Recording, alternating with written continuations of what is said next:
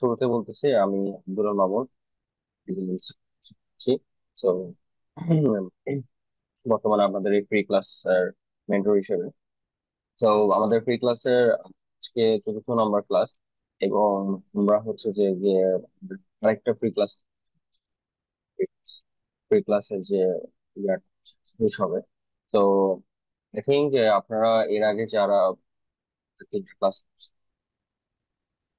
যে বিষয়গুলো নিয়ে আলোচনা করছে সেগুলো সম্বন্ধে অনেকটাই ক্লিয়ার হতে পারছে, এবং আম, এক্ষেত্রে এই ক্লাসগুলো আমাদের জন্য আসলে হেল্প আসলে অনেক বেশি এটাতে হচ্ছে যে গিয়ে হেল্প হবে। আর দুই ক্যাটাগরি স্টুডেন্ট থাকে, একটা হচ্ছে যে যারা কিনা অলরেডি টুকটাক গ্রাফিক ডিজাইনের কাজ করতে পারে, বাট এখনো পর্যন্ত সঠিক গাইডলাইন পেতেছে এবং কি ধরনের কাজ আসলে করা উচিত, ট্রেন্ড অনুযায়ী কি ধরনের কাজ করলে আপনি ডিমান্ড মানে ডিমান্ড এবং পাশাপাশি জব অপরচুনিটি বলেন, ক্লায়েন্ট পাওয়া বলেন, এই জিনিসগুলো আপনার। এবং পাশাপাশি আরেকটা ক্যাটাগরি স্টুডেন্ট আছে যারা কিনা একেবারেই কিছুই জানে না গ্রাফিক ডিজাইন সম্বন্ধে, এবং চিন্তা ভাবনা করতেছেন যে গ্রাফিক ডিজাইনকে ফ্রিল্যান্সিং ক্যারিয়ার হিসেবে চুজ করবেন, এবং হয়তো এখন কনফিউশন আছেন যে গ্রাফিক ডিজাইন শিখবেন, ডিজিটাল মার্কেটিং শিখবেন, নাকি অন্য কোনো আদার কোনো ক্যাটাগরিতে যাবেন। সো এটা আপনাকে হেল্প করবে যে আপনি আসলে বুঝতে হেল্প করবে, কারণ প্রত্যেকটা ক্যাটাগরিরই আসলে একটা স্ট্রাকচার আছে। হয়তো কারো কাছে এক একটা স্ট্রাকচার, কারো কাছে মানে এক এক রকম লাগে, এবং হয়তো আমি আমার কাছে গ্রাফিক ডিজাইনের স্ট্রাকচারটা খুব ভালো লাগে, হয়তো আহ, অন্য কারো কাছে ডিজিটাল মার্কেটিং ভালো লাগে, অন্য কারো কাছে ওয়েব ডিজাইনের গুলো ভালো লাগে। সো এক একজন আসলে এক এক ধরনের স্ট্রাকচার বা ক্যাটাগরিকে পছন্দ করে, ওই ক্যাটাগরিতে কাজ কমফোর্টেবল। সো সেই জন্যই আসলে আমাদের আসলে এই প্রি ক্লাসের অ্যারেঞ্জমেন্টটা, এতে করে আপনি ডিসিশন নিতে আপনার জন্য খুবই সহজ হবে যে আপনি কেন এই ফিল্ড চুজ করবেন, এবং এই ফিল্ডের পসিবিলিটিস কি, এবং এই ফিল্ডের ক্যারিয়ার কিরকম, এই ফিল্ডের ইনপুট কিরকম আসে, এবং এই ফিল্ডে আপনি কতদিন সার্ভাইভ করতে পারবেন এবং কিভাবে সার্ভাইভ।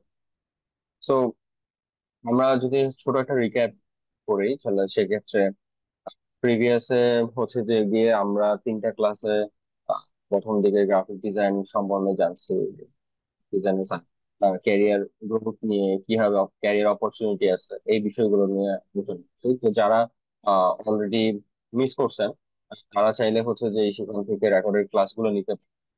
ওইটা দেখেও আপনি মোটামুটি একটা ধারণা। সেকেন্ড ক্লাসে বেসিক্যালি আমরা একটা সোশ্যাল মিডিয়া ডিজাইন ক্রিয়েট করে দেখাইছি যে কিভাবে একটা সোশ্যাল মিডিয়া ডিজাইন মেক করতে হয়। এখন বিষয়টা হচ্ছে এরকম যে যারা একেবারেই নতুন তাদের জন্য আসলে এটা হুট করে একটা ডিজাইন দেখানো এবং হুট করে একটা ডিজাইন করতে দেওয়া, এটা একটু টাফ, কারণ এমনও অনেকজন পার্সন আছে যারা কিনা সফটওয়্যার ইনস্টল করতে পারতেছে। সো তাদের জন্য এটা আসলে খুবই টাফ। বাট যারা ধরেন অলরেডি সফটওয়্যার ইনস্টল করে ফেলছেন বাট বুঝতে পারতেছেন না আসলে কি করবেন, হ্যাঁ মানে দুই ক্যাটাগরি মানুষ থাকে। লাইক একটা ক্যাটাগরি মানুষ হচ্ছে কিরকম যে তারা কিনা একটু অলস, তারা চিন্তা ভাবনা করে যে কি করবে বুঝতেছে না, করতে ইচ্ছা করতেছে না, বাচ্চা ঠিক আছে দেখি কি হয়, তো কোর্স করে দেখি বা একটা ফ্রি ক্লাস করে দেখি। হুম। তো ওটা হইলে একরকম, আরেকজন আছে যে কি না, সে পরিশ্রম করতে রাজি আছে, সে জানার ইচ্ছা আছে যে আসলে আমি এই সেক্টরটাকে একটু ডিটেলে জানার চেষ্টা করি। তারা হচ্ছে যে একটু চেষ্টা করে যে কি আমি নিজ থেকে কিছু জিনিস আগায় রাখি। কিরকম যে যে কোনো সফটওয়্যার ইনস্টল করা, হ্যাঁ আপনি যেহেতু একটা ক্যাটাগরি চুজ করতেছেন তখন ওই ক্যাটাগরি নিয়ে একটু রিসার্চ করা যে এই ক্যাটাগরিতে আসলে কি কি জিনিস লাগে, কারণ অনেক ইউটিউবে রিসোর্স আছে। আপনি ইউটিউবে সার্চ করলে শুধু গ্রাফিক ডিজাইন লিখে সার্চ করলে আপনি অনেক কিছু পাবেন, গুগলে সার্চ করলে অনেক কিছু পাবেন, এবং এবং অনেক চ্যানেল পাবেন যারা কিনা আপনাকে ফ্রি গাইডলাইন দিচ্ছেন কিভাবে আপনি শুরু করতে হবে। এখন ইউটিউবে এবং আদার্স যে রিসোর্স গুলা ওগুলোতে সমস্যা কি? সমস্যা নাই বেসিক্যালি।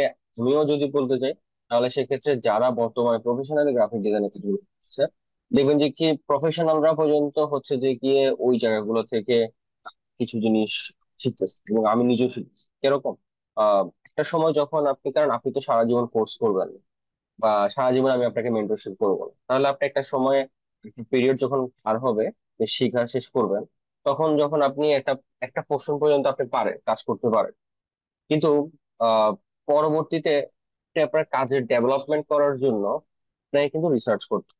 দেখতে হবে মার্কেটে অন্যান্য গ্রাফিক ডিজাইনার আসলে কি বানাচ্ছে। নতুন নতুন ফিচার আসতেছে, নতুন এআই এর কিছু মডেল আসছে যেগুলো কিনা গ্রাফিকে অনেক হেল্প করতেছে, ওগুলোর ব্যবহার কিরকম হবে, মার্কেটে অন্যান্য ডিজাইনার আসলে কেমন কাজ করে, ওদের সাথে কম্পিট করে নিজের পোর্টফোলিওটাকে আপগ্রেড। সো এই ব্যাপারগুলো আসলে অনেকে আমরা করি না বিধায় আমাদের আহ, অনেকের মধ্যে আসলে অনেক ঘাটতি থাকে।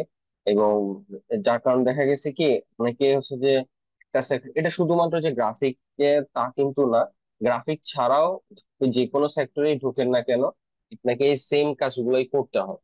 এটা ম্যান্ডেটরি, এটা আপনাকে করতেই হবে।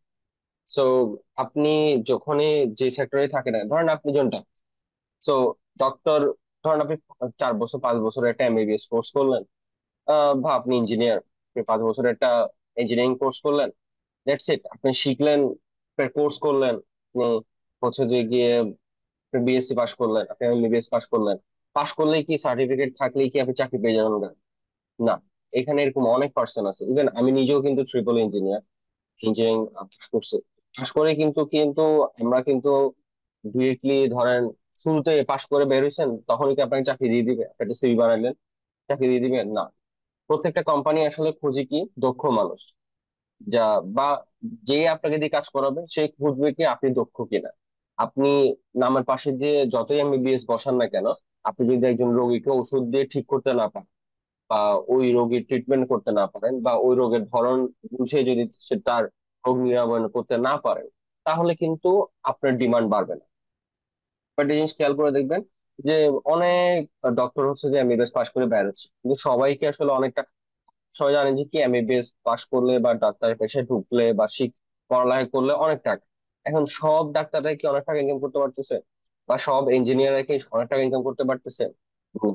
সব উকিলরা কি অনেক টাকা ইনকাম করতে পারতেছে? সবাই কি সুপ্রিম কোর্টে চান্স পাইতেছে? না।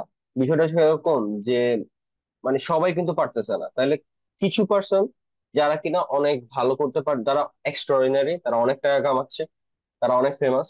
কিছু পার্সন আছে যারা কিনা মিডল ক্যাটাগরি, তারা ভালোই কামাইতেছে বা বেশি না। কিছু পার্সন আছে যারা কিনা খুবই অল্প কামাচ্ছে, আর কিছু আছে একেবারে ঝরে চলে যায়, মানে কিছুই করতে পারে না, হয় অন্য কোনো পেশা চুজ করে নিচ্ছে বা অন্য কোনো সেক্টরে চলে যাচ্ছে। একটা ইঞ্জিনিয়ার দেখবেন যে হয়তো দেখা গেছে সে সরকারি অন্য কোনো সেক্টরে চলে গেছে, বা সে ব্যাংকে জব করতেছে। বা আমার মতো, আমি একজন ইঞ্জিনিয়ার, আমি এখন ডিজাইনে কাজ করতেছি, ডিজাইন কোম্পানিতে, আইটি ফার্মে জব করতেছে। তো আমার ফুল কোম্পানিতে দেখা গেছে আহ আমার যে আদার সেক্টর গুলা সব দেখলে যদি দেখা যায় প্রায় 80% 90% মানুষজন হচ্ছে সব সিএসসি ব্যাক। যেহেতু আমরা আহ হচ্ছে যে গিয়ে বেসিক্যালি একজন, এটা আইটি ফার্ম, এখানের মধ্যে আমরা ই কমার্স সলিউশন দিয়ে থাকি। তো ডেভেলপমেন্ট থেকে শুরু করে সব ধরনের সলিউশন আমাদের এখানে দেওয়া হয়। তো আমরা আসলে এখানে আমাদের দেখবেন যে সব হচ্ছে সিএসসি ব্যাকগ্রাউন্ড। শুধু দেখা গেছে কি ক্রিয়েটিভ সেক্টরে আসলে হয় কোনো ব্যাকগ্রাউন্ড চেক করা হয়, যে এটা ব্যাকগ্রাউন্ড কিরকম, আপনি কি সিএসসি ব্যাকগ্রাউন্ডের কিনা। এখানে শুধু দেখে যে কি আপনি পারফেক্ট কাজ করতে পারেন কিনা, দক্ষ মানুষ কিনা, আপনি কাজের আউটপুট দিতে পারবেন কিনা। ওটার উপরে বেস করে হচ্ছে ইয়া। তো আমাদের এই সেক্টরটাতে ফ্যাসিলিটিস যদি বলতে যান, তাহলে এই জায়গাতে একটা ফ্যাসিলিটিস যে পিছনে আপনার কি সার্টিফিকেট আছে, আপনি কি সার্টিফিকেট অর্জন করছেন, এবং কোন ডিগ্রি নিছেন, ডাজন্ট ম্যাটার। ধরেন আমি যদি এখন বলি আমি এনএসডিএ লেভেল 3 কমপ্লিট করছি, বা গভর্নমেন্টের সার্টিফাইড ডিজাইনার, হ্যাঁ, তো এই সার্টিফিকেট আসলে নেওয়া হয়েছে বেসিক্যালি জাস্ট বিকজ অফ সবাই দিচ্ছে তাই আমিও নিয়ে নিয়েছি। আমি ভাবলাম যে সবাই যেহেতু নিচ্ছে আমি একটা নিয়ে রাখি, আমি তো কাজ করিয়ে। তো আমিও নিজে একটু দেখি, টেস্ট করে যে আমি আসলে আদৌ আমিও পারি কিনা। তো আমিও নিয়ে রাখছি, বাট এই সার্টিফিকেট আমার আসলে কোনোদিনই কোনো কাজে লাগে না। হ্যাঁ, কখন লাগছে, যখন কোনো গভর্নমেন্ট প্রজেক্ট টজেক্ট করতে হয়েছে তখন হয়তো লাগে। আদারওয়াইজ ফ্রিল্যান্সিং করার ক্ষেত্রে বা কোনো প্রজেক্টে কাজ করার ক্ষেত্রে এই সার্টিফিকেটের কোনো মূল্য নেই, কোনো সার্টিফিকেটের মূল্য নেই। সর্বপ্রথম ক্লায়েন্ট যেটা দেখতে চায় সেটা হচ্ছে পোর্টফোলিও, একটা পারফেক্ট পোর্টফোলিও যেটা কিনা তার ওই ক্যাটাগরির কাজকে শো করতেছে। ধরেন একটা ক্লায়েন্ট, সে একটা সোশ্যাল মিডিয়া কন্টেন্ট বানাবে, বা একটা ফ্লায়ার বানাবে, একটা ব্যানার বানাবে, ব্রোশিওর বানাবে, বা একটা লোগো বানাবে, বা একটা ব্র্যান্ড গাইডলাইন বানাবে। তো ফার্স্ট অফ অল, সে যখন যেটা বানাতে চায়, ধরেন আপনি একটা রেস্টুরেন্টে ঢুকবেন। রেস্টুরেন্টে ঢোকার পরে আপনি যেটা খাইতে চাচ্ছেন ওইটা আগে যদি রেস্টুরেন্টে না থাকে, তাহলে কি আপনি রেস্টুরেন্টে ঢুকে কি অর্ডার দিবেন? ওটাই তো নাই, তাই না? বা ধরেন আপনি এমন কোন একটা ফার্নিচারের দোকানে ঢুকলেন যারা কিনা সোফা বানায় না। আপনি তাদেরকে বললেন যে সোফা বানাইতে দাও। তারা অন্য কিছু বানায়, তারা অন্য সব ধরনের ফার্নিচার বানায়, শুধু সোফা বানায় না। এন্ড তারা অন্য যেহেতু সবগুলো বানায়, তাহলে সোফা বানাইতে পারবে। আপনি তো এটা কনফিউশনে থাকবেন যে ওরা তো আসলে এটা বানাইতে, এটা তো এর আগে বানায়নি, তাহলে ওরা আমারটা বানাইতে গিয়ে হয়তো গড়মিল করে ফেলতে। তো আপনি চেষ্টা করবেন, আপনি যখনই কোনো জিনিস হায়ার করতে যান বা কিছু কিনতে যান, তখন আপনি আগে ব্যাকগ্রাউন্ড চেক করেন ওই কোম্পানিটা কি আদৌ এর আগে জিনিসগুলো বেচছে কিনা। বা ধরেন আপনি ইশিকনে আসছেন, এখন ধরেন আপনি ইশিকনে একটা কোর্স করবেন। এখন আপনি ইশিকনের ব্যাকগ্রাউন্ড চেক করতে যাবেন যে আদৌ কি এখান থেকে সাকসেসফুল স্টুডেন্ট বের হয়েছে কিনা, বা তারা বের হয়ে আদৌ কি মার্কেট প্লেসে কাজ করতে পারতেছে কিনা, বা তারা কতটুকু সাকসেসফুল, সাকসেসফুল কতজন হইতে পারছে। হ্যাঁ, এই যে ব্যাকগ্রাউন্ড চেক করতেছেন, একটা জিনিস নেওয়ার আগে দিয়ে ওটার ব্যাকগ্রাউন্ড চেক করে তারপর ওটা থেকে জিনিসটা নিচ্ছেন। তেমনি ভাবে প্রত্যেকটা ক্লায়েন্ট আপনার ব্যাকগ্রাউন্ড চেক করবে, দেখবে যে আসলে মানে আপনি যে ধরনের কাজ করেন তারা যে জিনিসটা চাচ্ছে তার সাথে ম্যাচ করে কিনা। যদি দেখে যে ওকে ফাইন, ম্যাচ করতেছে, দেন সে আপনার সাথে কনভারসেশন আগাবে। এটা হচ্ছে স্টার্টিং পয়েন্ট, মানে কনভারসেশন শুরু করার জন্য। মানে ধরেন একটা ক্লায়েন্ট আপনার সাথে কথাই বললো না, তাহলে আপনি ক্লায়েন্ট তাকে পিচ করবেন কিভাবে, অ্যাপ্রোচ করবেন কিভাবে? তো অ্যাপ্রোচ করতে হলে তো আগে তাকে কথা বলতে হবে। এখন কথাই সে যদি না বলে, তাহলে আপনি অ্যাপ্রোচ কিভাবে করবেন, তাই না? তো একটা ব্র্যান্ড, ওই ব্র্যান্ড যে আপনাকে দিয়ে কাজ করাবে, তার জন্য অবশ্যই আপনার একটা সলিড পোর্টফোলিও লাগবে বা সলিড ব্যাকগ্রাউন্ড লাগবে। এই ব্যাকগ্রাউন্ডটা ক্রিয়েট করার জন্য প্রথম দিকে আপনাকে একটু সময় দিতে হবে এবং একটু পরিশ্রম করতে। দেখেন, লাইফে কোনো কিছুই আসলে উইদাউট পরিশ্রম হয় না। এবং যারা চিন্তা ভাবনা করতেছেন যে আমি রাতারাতি ডিজাইনার হয়ে যাবো বা রাতারাতি হয়ে যাবো, প্রত্যেকটা জিনিস, সেটা ব্যবসা বলেন, সেটা চাকরি বলেন, যে কোনো জিনিস, মানে আপনি সেটা যেমন আমি আজকে এই গ্রাফিকের ক্যারিয়ারে আমার অলমোস্ট 7 বছর 8 বছরের কাছাকাছি, মানে 7 বছর অলরেডি ক্রস করে 8 বছরে দিয়ে যাচ্ছে, তো 7 বছর হচ্ছে। তো এই 7 বছরের জার্নিতে আমি আজকে একটা কোম্পানির সিনিয়র ম্যানেজার হতে পারছি। তো আমি কি শুরুতেই ধাপ করে ওই কোম্পানির সিনিয়র ম্যানেজার হিসেবে যদি আমি অ্যাপ্লাই করতাম, যে আমার রাইট নাও কোম্পানিতে, তাহলে আমি হতে পারতাম? কখনোই হতে পারতাম না। কারণ তারা কখনোই আমাকে পজিশন দিত না। কেন দিচ্ছে? এখন আমার কারণ কি, আমি ওই পরিমাণ ক্যাপাবল হইতে পারছি আলহামদুলিল্লাহ, যে আমি 20 জন, 10 জন, 15 জন বা 20 জনের একটা টিম মেনটেন করতে পারবো। আমি কোম্পানির জন্য প্রফিট নিয়ে আসতে পারবো, কোম্পানিকে প্রফিট জেনারেট করে দিতে পারবো। হ্যাঁ, তাদের টার্গেট ফিল আপ করতে পারবো, তাদের কোম্পানিতে গ্রোথ আনতে পারবো। তো এই ব্যাপারগুলো আমি পারবো বিধায় আমাকে কিন্তু এই দায়িত্বটা দেওয়া হয়েছে। এখন ধরেন আপনি নতুন একজন গ্রাফিক ডিজাইনার, হুট করে কি আপনি ম্যানেজার হতে পারবেন? হুট করে আপনার স্যালারি কি 1 লাখ টাকা হবে? কখনোই না। তো কখনোই 1 লাখ টাকা স্যালারিতে কখনোই জয়েন করতে পারবেন না। কোন জায়গায় আপনি শুরু করতে হবে ধরেন 18-20 হাজার টাকা দিয়ে, এর থেকেও কমও হতে পারে। ঠিক আছে? তো আপনি যদি তখন চিন্তা ভাবনা করেন কি রে ভাই, আমার তো স্যালারি এত কম কেন, আপনি স্যালারি কম, টাকা আর্ন হচ্ছে কম, এটা জাজমেন্ট করার আগে দিয়ে আপনি চিন্তা করেন আপনার ভিতরে আসলে কি আছে। যে ধরেন আপনার ভিতরে যদি ধরেন দুটো জিনিস হতে পারে, একটা হচ্ছে যে আপনি অনেক ভালো কাজ পারেন কিন্তু ইনকাম করতে পারতেছেন না, তখন আপনাকে একভাবে চিন্তা ভাবনা করতে হবে। আরেকটা হচ্ছে আপনার ভিতরেই কিছু নাই, আপনি যতটুকু পারেন অল্প স্বল্প, ওটা দিয়ে আপনার অল্প স্বল্প আর্ন আসতেছে, তাহলে ওই যতটুকু আর্ন আসতেছে তাহলে আপনাকে ততটুকু তো খুশি থাকতে হবে। কারণ আপনি যা পারেন তার উপরে বেস করে আপনি আর্ন করতেছেন। আপনি যতটুকু পরিশ্রম করতেছেন, যতটুকু ইনপুট দিচ্ছেন, তার উপরে বেস করে আপনি আর্ন করতে পারতেছেন। কিন্তু আপনি যদি পরিশ্রম না করেন, ইনপুট না দেন, আপনি খালি শুয়ে বসে দিন কাটান আর শুধু চিন্তা ভাবনা করেন গ্রাফিক ডিজাইনার শিখে আমি লাখ টাকার মালিক হয়ে যাবো গা, তাহলে ওই চিন্তার মধ্যেই পড়ে থাকবেন। চিন্তায় চিন্তায় আপনার দিন শেষ, কাজ আর করা হবে না। ঠিক আছে? সো এই যে ফ্যাক্ট গুলা, এইগুলা কিন্তু আমরা অনেকে চিন্তা ভাবনা করি না, বা সবাই চিন্তা ভাবনা করি শর্টকাটে বড়লোক হওয়ার প্রসেস। তো এই জন্য দেখবেন যে কি, বাংলাদেশের এরকম অনেক চিটিংবাজি, বাটপারি কিছু কোর্স আহ ইয়া আছে, বিক্রেতা আছে, তারা এটারই সুযোগ নেয়। তারা হচ্ছে যে গিয়ে আপনাকে স্বপ্ন দেখায় যে এত অল্প সময়ে আপনি, যেমন এই যে অলরেডি কিছুদিন আগে একটা ভাইরাল হয়েছে ফাহমি দাল নাইম। তো এই ব্যক্তি তার নিজেরই পোর্টফোলিওর অবস্থা খারাপ। হ্যাঁ, তার নিজেরই ব্যাকগ্রাউন্ড ঠিক নাই, সে নিজেই তার পোর্টফোলিওতে ঢুকলে দেখবেন যে দুনিয়ার ভুল। ঠিক আছে, সে আরেকজনকে শিখাচ্ছে কিভাবে একদিনে 10 লাখ টাকা সেল জেনারেট করতে হয়। ঠিক আছে। তো এটা আসলে পুরোই ভাওতাবাজি। মানে আপনাকে ভাওতাবাজি দিয়ে, ওই যে যারা ওই যে ঘোরে ঘোরে হচ্ছে যে বাস করে, যে আমি এক রাতে অনেক টাকার মালিক হব, এই ঘোরের পাবলিক গুলোকে টার্গেট করে তারা হচ্ছে যে ওটা সুযোগ নিয়ে সুন্দর মতো একটা ভালো ইনকাম জেনারেট করে, তার কিন্তু সেই জেনারেটেবল ইনকাম। আপনার কিছু হইলো না হইলো সেটা যায় আসে না। এরপরে আপনি হতাশ হয়ে যাচ্ছেন, আপনি ওই সেক্টরকে গালি দিচ্ছেন, যে সেক্টর, যে এই সেক্টরে আসলে কিছু হয় না, বা ওই পজিশনকে গালি দিচ্ছেন। বাট আপনার ডিসিশন মেকিং এর জায়গাটাতে যে আপনি ভুল, ওইটা আপনি চিন্তা ভাবনা করতেছেন না। আপনাকে আগে ডিসিশন নিতে হবে যে আপনি আসলে কি শিখতেছেন, কোথা থেকে শিখতেছেন, এবং যেখান থেকে শিখেন না কেন সেটা আপনাকে যে পরিমাণ রিসোর্স দিবে। ধরেন আপনি আমার থেকে শিখতেছেন, আমি ধরেন অনেক টাকা চার্জ করে আপনাকে শিখাইতেছি, কিন্তু আমি কখন আপনাকে গ্যারান্টি দিতে পারবো না যে আমি আপনাকে একেবারে সর্বোচ্চ যেটা শেখানো সেটা শিখাই দিতে পারবো গ্রাফিকে, এবং আপনিও ওটা শিখতে পারবেন না। কারণ কি, আমি যতটুকু জানি ওটার একটা নির্দিষ্ট পরিধি আছে, লিমিটেশন আছে। হ্যাঁ। সো আমি তো একেবারে ধরেন হচ্ছে যে কি আরো টপ নচ কিছু জানি না। ধরেন আমি যদি আরো টপ নচ কিছু জানতাম, তাহলে দেখা গেছে আহ আমি আরো দেখা গেছে অনেক বড় কোনো পজিশনে থাকতে পারতাম।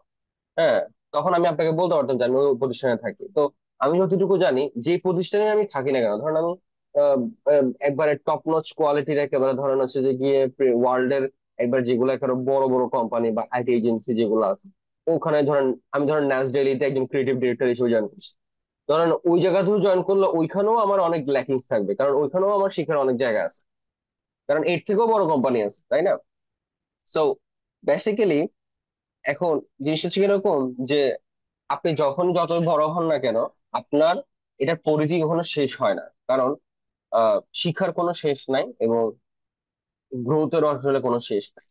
এটা আপনি আপনি আপনার অবস্থান থেকে যেটা পাচ্ছেন ওটাতে আপনার সক্রিয় করতে হবে, এবং জানতে হবে যে আপনি যতটুকু পারেন সেই অনুযায়ী আপনি মর্যাদা পাচ্ছেন কিনা, এবং সেই পরিমাণ ইনকাম করতে পারতেছেন কিনা। যদি না পারেন তখন উচিত যে আপনার রাস্তা বের করা, যে একজনের গাইডলাইন নাও। সেটা কোনো একটা বড় ভাই হইতে পারে, আপনার পরিচিত কোনো একজন বড় ভাই যে কিনা গ্রাফিকের কাজ করে, বা একজন মেন্টর থেকে নিতে পারেন, বা যে জানে তার থেকে নিতে পারেন। যে আচ্ছা ভাই, আমি এতটুকু জানি, এখন আমি এটা এটা করতেছি, বাট আমার তো গ্রোথ হইতেছে না, আমার কোনো ইনকাম নাই, তাহলে আমি আসলে কোথায় গিয়ে সেল করলে ভালো হয়, বা কি করলে ভালো হয়, আমার ভুল কোথায় আছে। হ্যাঁ, তো এইগুলো সাজেশন নিতে পারেন আপনি। তাহলে দেখবেন যে আপনি একটা ভালো গ্রোথ করতে পারতেছেন। আবার অনেকে যেটা করে কি, এই সে ডিজাইন পারে, এখন সে তার কোনো গ্রোথ নাই, সে ধুপ করে একটা কোর্স করে ফেলতেছে। হ্যাঁ, দেখেন সবকিছু সলিউশন কোর্স না। মানে এটা হচ্ছে প্যারাসিটামল 2 বেলার মতো হয়ে গেছে, যে কিছুই না হইলে একটা কোর্স করে ফেলি। তো কেন, আপনি আগে সাজেশন নেন কারো থেকে, আগে বোঝার চেষ্টা করেন যে আদৌ কি আপনার কোর্স করা দরকার আছে কিনা, আদৌ আপনি এত লম্বা সময় প্রসেস দিবেন কিনা, সময় দিবেন কিনা, বা আপনার শিক্ষা দরকার আছে কিনা, বা আপনি কতটুকু শিখলে কতটুকু এটাকে জেনারেট করতে পারবেন। আগে বুঝার চেষ্টা করেন, তারপরে আপনি যাতে ইনভেস্টমেন্টে যান। যে কোনো জিনিস আপনি 5,000 টাকা ইনভেস্ট করতেছেন, 6,000 টাকা ইনভেস্ট করতেছেন, এটাও অনেক টাকা। ঠিক আছে। সো বিষয়টা হচ্ছে এরকম যে আমরা না বুঝে যে কোনো একটা স্টেপ নিয়ে ফেলি। তো আমি বলবো যে কি, আপনি যখনই কোনো একটা স্টেপ নিবেন, যখনই কোনো ডিসিশন নিবেন, তখন আগে বুঝে শুনে আপনার কি সিচুয়েশন, বা আপনি এখন বর্তমানে কোন পর্যায়ে আছেন, এটার উপরে বেস করে আপনি একটা স্টেপ নেবেন। আপনার কি কোর্স করা উচিত, আপনার কি কোনো মেন্টরশিপের গাইডলাইনের দরকার উচিত, বা কারোর থেকে গাইডলাইন নিয়ে আপনার কাজটাকে আর একটু স্মুথ করা উচিত, বা আপনি একেবারেই কিছু জানেন না, তাহলে অবশ্যই আপনাকে আগে শিখতে হবে, এই সেক্টর সম্বন্ধে জানতে হবে। ইনিশিয়ালি আপনি নিজেই ছোটখাটো একটু গুগল রিসার্চ করে দেখেন, ইউটিউবে কয়েকটা ভিডিও দেখেন। অনেক ভিডিও আছে যারা কিনা এই মানে হচ্ছে যে গ্রাফিকের উপরে ভিডিও মেক করে। জিএফএক্স মেন্টর আছে, পিক্সেল পারফেক্ট আছে ইউটিউবে, যারা কিনা ওটা আপনাকে হেল্প করবে আপনার স্টার্টিংটা স্মুথ করতে। এরপর যখন আপনি কোর্স করতেছেন, তখন আপনার কাছে সবকিছু জানা জানা লাগবে, আপনার কাছে তখন আর হুট করে এসে একটা জায়গায় পড়ে যাওয়ার মতো সিচুয়েশন হবে না।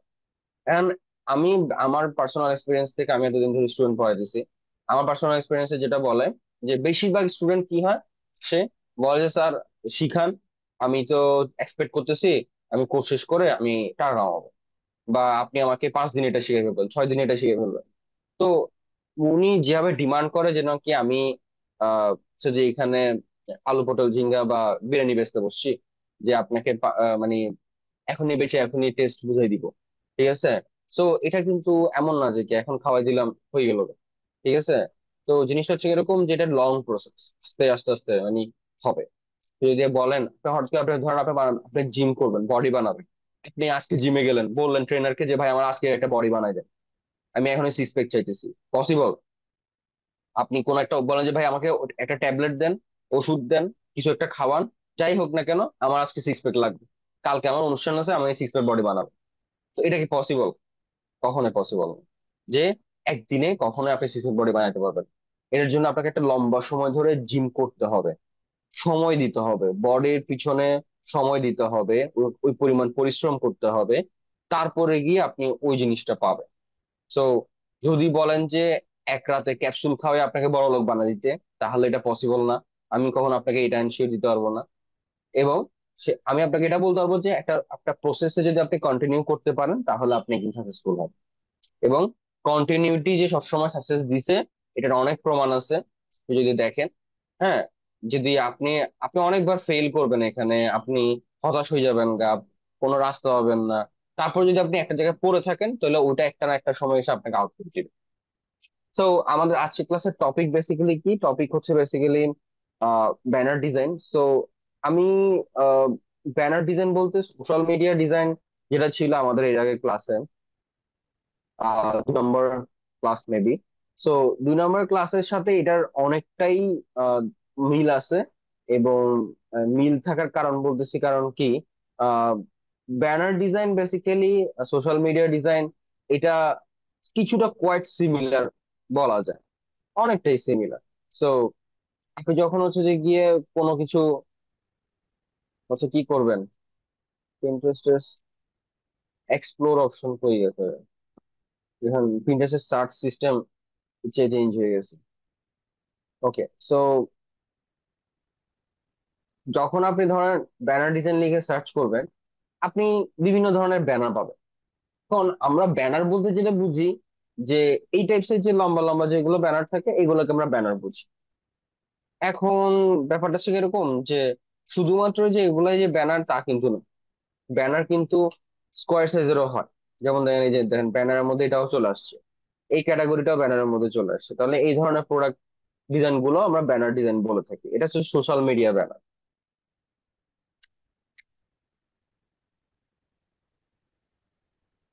তার মানে আমি যদি এই টাইপস এর কোনো ব্যানার ক্রিয়েট করতে যাই, তাহলে এটাও একটা ব্যানার হবে। বা আমি যদি ওই ক্যাটাগরি কোনো মানে যেটা লেন্থ বেশি, সেটা যদি ব্যানার ক্রিয়েট করতে চাই তাহলে ওটাও একটা ব্যানার ডিজাইন। সো যখন ক্লায়েন্ট যখন আপনাকে বলবে যে আমার একটা ব্যানার ডিজাইন করতে হবে, তখন আপনি ক্লারিফাই করতে হবে এই জিনিসটাই যে ক্লায়েন্টকে জিজ্ঞাসা করলেন যে ভাই আমার একটা ব্যানার, আপনি যে ব্যানার করতে বলছেন ফাইন, আপনার কি ধরনের ব্যানার লাগবে, আপনার কি সোশ্যাল মিডিয়া ব্যানার লাগবে, এবং সোশ্যাল মিডিয়া ব্যানার হইলে এটার হাইট ওয়েট বা লেন্থ কিরকম চাচ্ছেন, সেটা কি লেন্থ বড় এরকম কোনো ব্যানার চাচ্ছেন, নাকি সোশ্যাল মিডিয়া পোস্ট করার জন্য হচ্ছে ব্যানার চাচ্ছেন। So depends client requirements. So client requirement যেরকম থাকবে তার উপর বেস করে আমরা হচ্ছে যে গিয়ে এই ব্যানার গুলো ক্রিয়েট করে থাকি। সো এখন আসি, ধরেন আপনি এই টাইপস এর ব্যানার গুলো ক্রিয়েট করবেন, হ্যাঁ। তো এই টাইপসের যে ব্যানার গুলো আছে, এই ব্যানার গুলো যদি আপনি ক্রিয়েট করতে চান, এখানে এই ব্যানারের মধ্যে আবার অনেকগুলো ক্যাটাগরি আছে। ক্যাটাগরি কিরকম, যে কিছু আছে হচ্ছে সোশ্যাল মিডিয়া কাভার ব্যানার, যেটা কিনা আপনারা দেখবেন যে ফেসবুক পেজ বা আমাদের প্রোফাইলের উপরে যে একটা কাভার থাকে, এই কাভারের ব্যানার ডিজাইন। কিছু আছে হচ্ছে ওয়েবসাইটের ব্যানার ডিজাইন, যেগুলোকে আমরা ওয়েবসাইট স্লাইডার বা কোনো একটা ওয়েবসাইট ওপেন করলে শুরুতে একটা হোম পেজে হোম পেজে একটা ব্যানার থাকে না, এই হোম পেজের ব্যানারটাকে আমরা বলি ব্যানার ডিজাইন। অথবা সেটা হতে পারে লিঙ্কডইন এর ব্যানার ডিজাইন, লিঙ্কডইনে আমাদের সোশ্যাল মিডিয়া কাভারের যেটা থাকে ওটা, মানে লিঙ্কডইনে যে আমাদের প্রোফাইলের উপরে কাভার থাকে, ওটা একটা ব্যানার ডিজাইন। এরপরে দেখা গেছে সেটা ফিজিক্যাল কোনো ব্যানার হইতে পারে। বিলবোর্ডে আমরা ফিজিক্যালি কোনো একটা রাস্তায় যদি কোনো একটা বিলবোর্ড ব্যানার দেখি, তাহলে ওটাও হইতে পারে। আবার দেখা গেছে কোনো একটা ওয়েবসাইটের ল্যান্ডিং পেজের ব্যানার হইতে পারে, যেমন এরকম যে স্টার্টিং এ একটা ব্যানার হবে, এখানে আমার ওয়েবসাইটের ইনফরমেশন থাকবে, আপনি জাস্ট খালি এতটুকু অংশ বানিয়ে দিবেন আর এখানে একটা স্পেস খালি রাখবেন, এরকমও হইতে পারে। হ্যাঁ। তো আসলে ব্যানার ডিজাইনটা কেমন, ওটা আগে আপনাকে কি করতে হবে, ক্লিয়ার হইতে হবে যে ব্যানার ডিজাইনটা কেমন। তো অনেক সময় দেখা গেছে তারা এই ব্যানার ডিজাইনের উপর এরকম ধরনের মোশনও ক্রিয়েট করে। ঠিক আছে। তো মোশনের দিকে আমি যাচ্ছি না, কারণ ওটা আমাদের ক্যাটাগরি বা আমাদের এখন টপিকের মধ্যে পড়তেছে না। এটার প্রতি যদি আপনারা কেউ ইন্টারেস্টেড থাকেন তাহলে সেটা আপনি মোশন গ্রাফিক্স এর উপরে একটু রিসার্চ করে দেখতে পারেন, বা আমাদের মোশন গ্রাফিক্স এর উপর যে কোর্সটা আছে ওইটা আপনি ভালো করে একটু অ্যানালাইসিস করে দেখতে পারেন যে আসলে আমরা ওই ধরনের ওই কোর্সে আমরা কি কি জিনিস শিখাই বা কি ধরনের জিনিস আমরা শিখতেছি। এবং আপনি যদি গ্রাফিক ডিজাইন শিখেন তাহলে পাশাপাশি আপনি এই গ্রাফিক আগে একটা সেক্টরকে ক্লিয়ার করে তারপর একটা সেক্টরে যাবেন, ধুপ করে দুটোই শেখা শুরু করবেন না। অনেকে যেটা করে যে কি সেটা সবকিছু খাইতে চায়, ওইটা করাটা বোকামি। তো এই কাজ করতে যাবেন না। আগে একটা শিখে কনফার্ম হবেন, এবং এটাতে হচ্ছে যে আপনি সাকসেসফুল হইতে পারলে দেন আরেকটাতে ইনভেস্টমেন্ট করবেন, সময় বলেন টাকা বলেন যেটাই বলেন না। তো ফার্স্ট আগে আপনি গ্রাফিকে ভালো মতো শিখেন, দেন যদি গ্রাফিকে আপনি ভালো একটা সাকসেসফুল পান বা সাকসেস পান, তাহলে সেক্ষেত্রে গিয়ে আপনি মোশনে সময় ইনভেস্ট করতে পারেন। কারণ মোশনে সময় ইনভেস্ট করলে আপনার এখন প্রচুর পরিমাণে ডিমান্ড হবে। কারণ বর্তমানে স্ট্যাটিক ইমেজের থেকে মোশন মানে মোশন ভিডিও বা ভিডিও কন্টেন্টের অনেক ডিমান্ড বেশি। এবং মোস্ট অফ দা ক্লায়েন্ট বলেন কোম্পানি বলেন, তারা কম্বাইনলি এই প্যাকেজটাই খোঁজে যে আপনি একজন গ্রাফিক ডিজাইনার, ফাইন, তাহলে আপনি আমাকে ডিজাইনও দিবেন, মোশনের পার্টটাও আপনি দেখবেন, মোশনের পার্টও আমাকে সার্ভিস দিতে পারবেন কিনা। কারণ তাকে যদি দুজন মানুষকে একসাথে হায়ার করতে হয় তাহলে অনেক টাকা তার খরচ হবে। সেই ক্ষেত্রে আপনি যদি একসাথে দুটো সার্ভিস দিতে পারেন দেন ওর জন্য অনেক কি কস্ট এফিসিয়েন্সি হবে জিনিস। ঠিক আছে। তো ধরেন আপনি এই টাইপসের কোন একটা ব্যানার ক্রিয়েট করতে যাবেন, তাহলে সেক্ষেত্রে আপনাকে আগে কি করতে হবে, স্টেপ বাই স্টেপ একটা প্রসেস আছে। প্রসেসটা কি? ফার্স্ট অফ অল আপনি কি ধরনের ব্যানার ক্রিয়েট করতে যাচ্ছেন তার জন্য আগে আপনি রিসার্চ করবেন। রিসার্চটা কোথায় করবেন, সেটা আপনি বিহ্যান্সে করতে পারেন, সেটা পিন্টারেস্টে করতে পারেন, ড্রিবলে করতে পারেন, এবং গুগলও করতে পারেন। বাট গুগলে আমি কেন রিসার্চ করতে বলি না, কারণ গুগলে যে ধরনের সাজেশন দেয় ওটা খুব কোয়ালিটিফুল ডিজাইনের সাজেশন দেয় না। এগুলো ধরেন একেবারে নর্মাল, বা দেখা গেছে কি আহ, ধরেন একেবারে ধরেন বাংলা ডিজাইন টাইপসের আর কি। হ্যাঁ, মানে যেগুলো ধরেন, কারণ গুগল তো আসলে একসাথে অনেকগুলো ওয়েবসাইটের জিনিসকে আপনি যে কিওয়ার্ড লিখে সার্চ করছেন ওই কিওয়ার্ডের উপর বেস করে সে এবারে যেখানে ম্যাচ পাইছে সেখান থেকে টেনে নিয়ে আসছে। এখন সেটা ভালো জিনিসও হইতে পারে খারাপ জিনিসও হইতে পারে। কিন্তু পিন্টারেস্টে কেন ভালো আউটপুট দেয়, কারণ পিন্টারেস্ট ডেডিকেটেডলি মানে ডিজাইনের জন্য তাদের একটা ক্যাটাগরি আছে। মানে আপনি যখনই কোনো কিছু লিখে সার্চ করবেন তারা আপনাকে টপ ভিউ বা সবচেয়ে বেশি ভিউ হয়েছে এমন ডিজাইন গুলা, এবং যেগুলো দেখতে অনেক সুন্দর অ্যাট্রাকটিভ, সেই ডিজাইন গুলাই কিন্তু আপনাকে এনে সাজেস্ট করবে। এখানেও কিন্তু অনেক খারাপ ডিজাইন আছে যারা কিনা আপলোড করে, কিন্তু ওই ডিজাইন গুলোকে তারা কি করে না, খুব বেশি হাইলাইট করে না, এবং ওই ডিজাইন গুলোকে তারা খুব বেশি প্রমোটও করে না। হ্যাঁ। এবং যখন আপনি সার্চ করতেছেন তখন আপনার সার্চ এই জিনিসগুলো আসবে না। কিন্তু যে ডিজাইন গুলো অনেক সুন্দর, মানুষ অনেক বেশি দেখছে, ওই জিনিসগুলো আপনাকে ঘুরে ফিরে দেখা।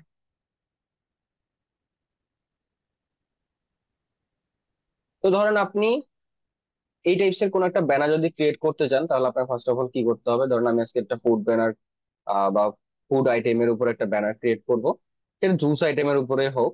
তো সেক্ষেত্রে দেখা গেছে আমি ফার্স্টে ফটোশপে চলে যাচ্ছি।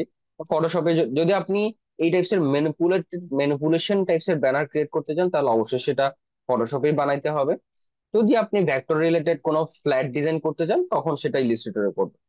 বাট আমরা সাধারণত যেগুলা হচ্ছে যে গিয়ে ইয়ার টাইপসের ডিজাইন গুলো ক্রিয়েট করে থাকি সেগুলা মোস্ট অফ দা টাইম কি করে থাকি, এই ফটোশপেই ক্রিয়েট করে থাকি আর কি। ঠিক আছে। সো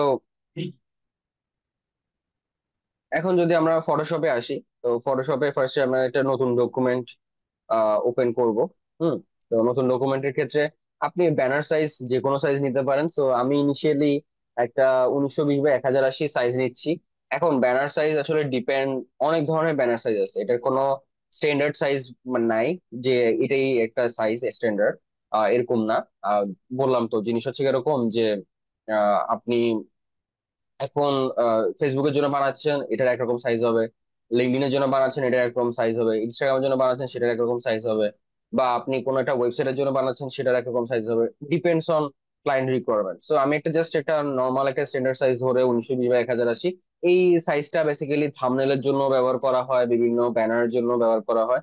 এটার হাইট ওয়েটটা ভালো, এবং এটার যে স্পেসিং সিস্টেমটা এই ডকুমেন্টে, এটা ভালো, যার কারণে এটা এই সাইজটা আমি চুজ করতেছি। তো ফার্স্ট অফ অল আমি যেটা করবো সেটা হচ্ছে আমি গুগলে যাব। গুগলে যাওয়ার পর আমি যে কোনো একটা জুস বটল হচ্ছে যে গিয়ে চুজ করব।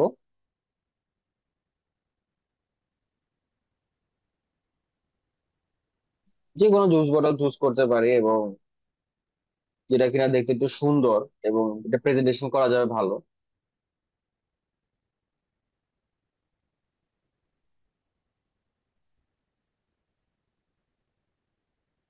এবং যেটা বিভিন্ন ধরনের ফ্লেভার পাবো, এটাও একটা ফ্যাক্ট করে। কারণ ফ্লেভার পাইলে কি হবে, আমি ওই ফ্লেভার দিয়ে বিভিন্ন ধরনের, মানে একটা ব্যানারের ভেরিয়েশন ক্রিয়েট করতে পারি।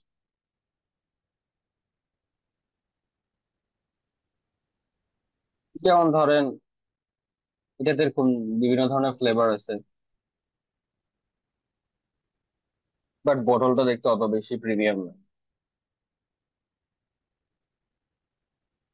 শুরু দিয়ে কিছু বটল দেখলাম। তো এই ফরমেশনটাও কিন্তু খুব সুন্দর। এটা এটারও কিন্তু শুধু গিয়ে ইয়াটা সুন্দর। এখানে যে স্টাইলটা ইয়া করছে, সেটা আমরা একটা প্লাগইনস ইউজ করে বানাই, শ্যাডোফাই। এটা প্রিমিয়াম।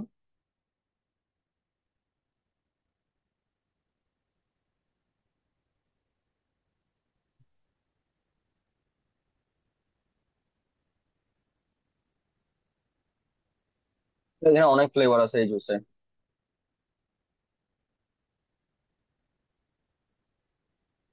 এবং ধরেন আপনি এই এটার সাইজ অনেক ভালো, 1400 বাই 1960। এটা চুজ করা যায়, আমি এটা চয়েসে রাখতে পারি।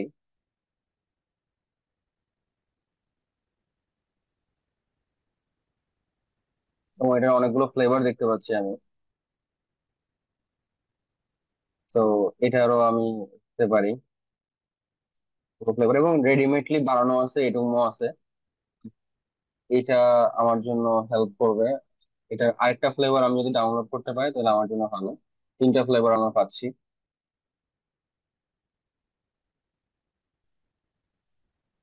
এটা অলরেডি আমরা ডাউনলোড করছি, কারণ এটা ডাউনলোড করলাম। বা অরেঞ্জ দেখছিলাম একটু আগে, এটা অরেঞ্জ অলরেডি ডাউনলোড করছি আমি। স্ট্রবেরি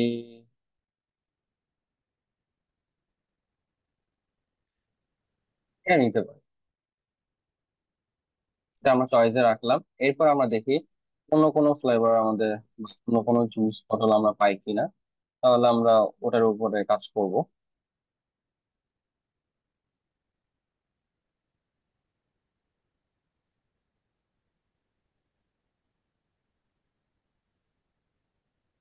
তো এখানে অনেক ফ্লেভার আছে, বাট এটার আবার হচ্ছে যে ইন্ডিভিজুয়াল ইমেজ ওরকম নাই, যার কারণে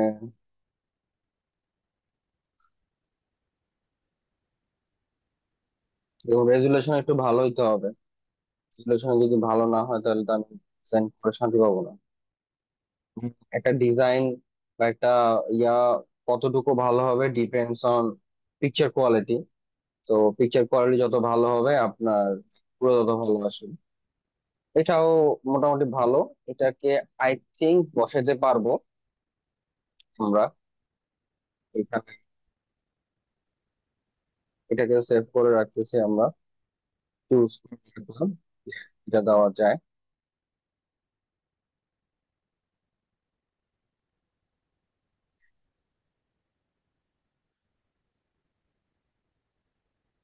ভাই আমরা আর বেশি সময় নষ্ট না করি, আমরা যেগুলো কালেক্ট করছি ওগুলোর মধ্যে থেকেই হচ্ছে যে গিয়ে আমরা ক্রিয়েট করার চেষ্টা করব। সো আমরা তিনটা হচ্ছে যে গিয়ে চুজ করছিলাম, তো ওই প্রোডাক্ট তিনটা হচ্ছে যে গিয়ে আমরা জাস্ট ড্র্যাগ এন্ড ড্রপ করে এই এটা নিয়ে আসবো, সবে নিয়ে আসবো। ফ্লেভার, তিনটা ফ্লেভার, তিনটা ফ্লেভারের মধ্যে এখন আমরা এই তিনটা ফ্লেভার হচ্ছে যে গিয়ে ব্যাকগ্রাউন্ড রিমুভ করতে হবে। ব্যাকগ্রাউন্ড রিমুভ করে দেন হচ্ছে যে গিয়ে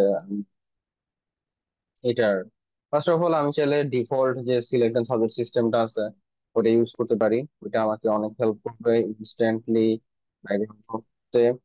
কিছু সময় দেখা গেছে এই যে বা কিছু অংশ হচ্ছে যে গিয়ে সিলেক্ট হয় না, সেক্ষেত্রে আমাদেরকে অংশটাকে র্যান্ডমলি ধরে, এবং এটা আপনি আরো স্মুথ ওয়েতে করতে পারেন যখন হচ্ছে যে পেইন্ট টুল দিয়ে ব্যাকগ্রাউন্ড রিমুভ করতে পারেন। তো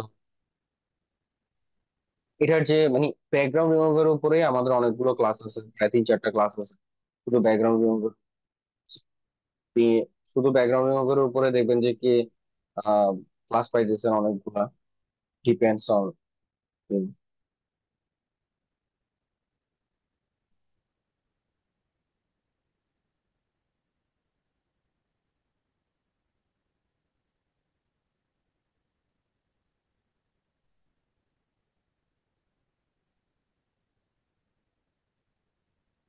এর পজিশনিংটা একটু সেট করতে হবে।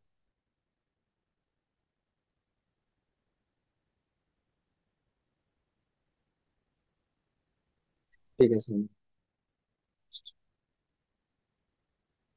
তো তিনটা প্রোডাক্টের ব্যাকগ্রাউন্ড রিমুভ হয়েছে আমাদের, এটা স্মুথ না, তো আমি সিলেক্টেড মাস্কে গিয়ে আমি হচ্ছে যে গিয়ে ব্ল্যাক এন্ড হোয়াইটে গেলাম, দিলাম, একটু ফেদার দিলাম। হুম, হচ্ছে যে গিয়ে কন্ট্রাস্ট দিলে আমার বডিটা স্মুথ হয়ে যাবে গা, এবং এটার ক্ষেত্রেও সেম, চেক করি ডাবল ক্লিক করে, দেন এখানেও সেম, একটু হালকা স্মুথ দিলাম। ঠিক আছে, একটু স্মুথ দিলাম, দেন ফেদার দিলাম একটু হালকা, একটু হালকা কন্ট্রাস্ট দিয়ে ক্লিয়ার যে বিষয়টা ওটা রাখ। এরপরে এই প্রোডাক্টের ক্ষেত্রেও সেম। আচ্ছা, এই প্রোডাক্ট আবার এই সাইডে রিমুভ হয়ে গেছে, এটা আমরা ঠিক করে নিবো, সমস্যা নাই। একটু স্মুথ করে নিলাম, হালকা একটু ফেদার দিলাম, একটু কন্ট্রাস্ট দিলাম ক্লিয়ারের জন্য। এই প্রোডাক্টের যে জায়গাটাতে আমাদের ফল্ট হচ্ছে, এই জায়গাটা টুল দিয়ে মাস্কিং লেয়ারটাকে ভিজিবল করে আমরা এই জায়গাটা ঠিক করে দিচ্ছি। ঠিকঠাক হয়েছে কিনা সেটা দেখার জন্য আমরা সলিড কালার নিয়ে ব্যাকগ্রাউন্ড ভালো করে দিয়ে দেখবো যে সবকিছু ঠিকঠাক আছে কিনা। যদি দেখি যে না একটু ঠিকঠাক এদিক সেদিক আছে, তাহলে সেক্ষেত্রে এটাকে অ্যাডজাস্ট করে নিব। ঠিক আছে, তো ফাইন, আমাদের অ্যাডজাস্টমেন্ট হয়ে গেছে। তো এখন হচ্ছে যে কি আমি এটা একটা ব্যাকগ্রাউন্ড ক্রিয়েট করবো। সো ব্যাকগ্রাউন্ডের ক্ষেত্রে আমরা এই টাইপসের যে ব্যাকগ্রাউন্ডটা এটা চুজ করতে পারি। সো এটার কালার থটসটা বা থিমসটা অনেক ভালো। সো এই ক্ষেত্রে আমাদের জন্য এটা একটা পারফেক্ট চুজ বলা যেতে পারে। সো এই ক্ষেত্রে আমরা এই প্রোডাক্টটাকে হচ্ছে যে গিয়ে ধরেন বাকিগুলোকেও আমরা একটু ভিজিবল করি। হুম, ভিজুয়াল করার পর আমরা এটাকে অ্যালাইন করব। সো অ্যালাইন করার ক্ষেত্রে ফার্স্ট অফ অল আগে তিনোটাকে সেম অ্যালাইনে আনবো।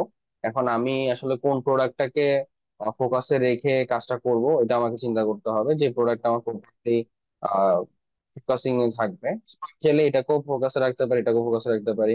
সো এটাকে আমি যদি ফোকাসে রাখি তাহলে এটা সামনে আসবে, আর বাকি দুটো প্রোডাক্ট যেটা আছে এই দুটো প্রোডাক্টকে সিলেক্ট করে আমি একবারে সেম ক্যাটাগরিতে ছোট করে এটাকে জাস্ট ওই ঢাকনার সাথে মিল রেখে এটা পিছনে পাঠিয়ে দিব। তো এখন দেখে মনে হচ্ছে যে কি তিনটা হচ্ছে ত্রিভুজ করে রাখা হয়েছে, এবং এখন কিন্তু রিয়েলিস্টিক ফিল দিচ্ছে না যে আপনার এখানে গ্রাউন্ড বা কিছু একটা আছে, এটা কোনো রিয়েলিস্টিক ফিল দিচ্ছে না। তো এই রিয়েলিস্টিক ফিলটা দেওয়ার জন্য প্রথমত আমাকে ইউজ করতে হবে শ্যাডো, লাইট অ্যাডজাস্টমেন্ট, এরকম অনেক কিছু জিনিস ইউজ করতে হবে। প্রথমত এই প্রোডাক্ট তিনটার হচ্ছে যে গিয়ে আমাকে যেটা করতে হবে সেটা হচ্ছে যে গিয়ে একটা প্রোডাক্ট রাখার পরে ওটার অনেকগুলো লাইটিং পয়েন্ট থাকে, কি লাইট, ব্যাক লাইট, এরকম অনেকগুলো লাইটিং পয়েন্ট থাকে। তো আমি একটা ফার্স্টে ব্যাক লাইট ক্রিয়েট করব। এখান থেকে একটা আহ, আহ, একটু এই কালারে, এইখানে যে কালার হোয়াইট, আমাদের যে গ্রিনিশ এর মধ্যে একটু হালকা হোয়াইট, এই কালারটা চুজ করে দেন আমরা এখানের মধ্যে ফার্স্ট একটা ব্রাশে একটা ক্লিক করব, দেন আরেকটা ক্লিক করব, তাহলে এখানে একটা ব্যাকলাইট ক্রিয়েট হয়েছে দেখছেন। সো এই ব্যাকলাইট কিন্তু আপনার প্রোডাক্ট সেপারেশন করতে সাহায্য করতেছে। হ্যাঁ, এরপরে যেটা করবো সেটা হচ্ছে গ্রাউন্ড শ্যাডো দিতে হবে। তো গ্রাউন্ড শ্যাডো দিতে হলে আপনার যেটা করতে হবে, এটার একটা এখানে প্লাস একটা লেয়ার আছে, এই লেয়ারে গিয়ে আমি একটা একটা নতুন লেয়ার ক্রিয়েট করে দেন আমি হচ্ছে যে গিয়ে কি করলাম, এখানের মধ্যে হচ্ছে যে গিয়ে একটা ব্ল্যাক কালার চুজ করে এখানের মধ্যে ফার্স্টের দিকে র্যান্ডমলি একটা ব্ল্যাক করলাম। তারপর এটাকে জাস্ট নর্মালি ধরে চ্যাপটা করে এটাকে হচ্ছে যে গিয়ে শ্যাডোটা বসাবো। এবং শ্যাডোটা দেখেন, শ্যাডো যদি আপনি একটু দূরে করে বসান তাহলে এটা দেখতে লাগবে ফ্লোটিং, মানে ভাসতেছে। আর যদি এটাকে একটু ক্লোজলি বসান তাহলে এটা গ্রাউন্ড একটা ফিল দিবে, মানে এটা গ্রাউন্ডে আছে। ঠিক আছে, তো আমাকে শ্যাডোটা ওভাবেই বসাইতে হবে যাতে করে মনে হয় এটা গ্রাউন্ডে আছে। বুঝতে পারছেন? তো আমি এটাকে জাস্ট কপি করলাম, অল চেপে ধরে আমি কপি করে এখানে বসালাম, আর আবার অল চেপে ধরে কপি করে এখানে বসালাম। ঠিক আছে, এবং এটা একটা ভালো মানে গ্রাউন্ড ফিল দিচ্ছে। তারপরে স্টিল নাও আমার গ্রাউন্ডের যে এক্সাক্ট ফিলটা ওটা এখনো দিচ্ছে না।